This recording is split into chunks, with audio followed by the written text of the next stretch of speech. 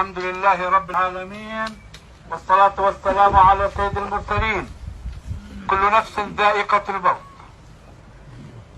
كفى بالموت واعظا يا عمر، هذا مصير كل واحد فينا.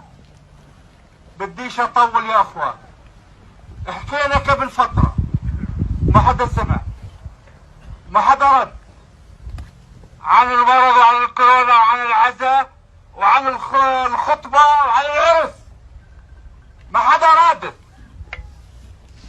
قبل ما ابدي بقول سايق عليك والله يا رجال، كل واحد يضبرت ما يحيى تطلع من باب الدار وخبطوا اركابهن، مش لازم يطلع، وما فيش عزا، ما فيش قعده للنسوان عنا، وبدناش حدا يجي عنا. بنقول للناس التزموا وقولوا الله اكبر، بدهم يقطعوا الناس من بعضهم. طيب هي حتخذكنا يعني شو نساوي؟ شو نعمل؟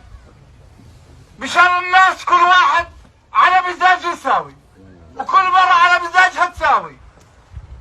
يا اخوان نتقي الله، ديننا بقول لا ضرر ولا ضرار، يعني لا تضر غيرك ولا غيرك يضرك. يا جماعة مرض منتشر في العالم